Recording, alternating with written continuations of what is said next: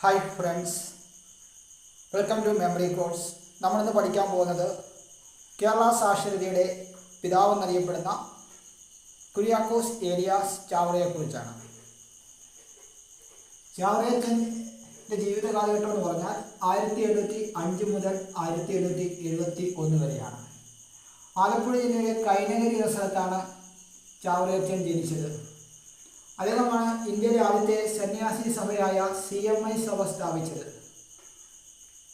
1731 മാന്നാനത്താണ് ചാവറയച്ചൻ്റെ നേതൃത്വത്തിൽ CMI സഭ സ്ഥാപിച്ചത്. CMI സഭ എന്ന് പറഞ്ഞാൽ അതായത് കാർമലേറ്റ് ഓഫ് മേരി ഇമ്മാക്കുലേറ്റ് എന്നാണ് അതിൻ്റെ ഫുൾ ഫോം. അതുപോലെ തന്നെ കേരളത്തിലെ ആദ്യത്തെ കന്യാസ്ത്രീ മഠമായ CMC സ്ഥാപിച്ചതും ചാവറ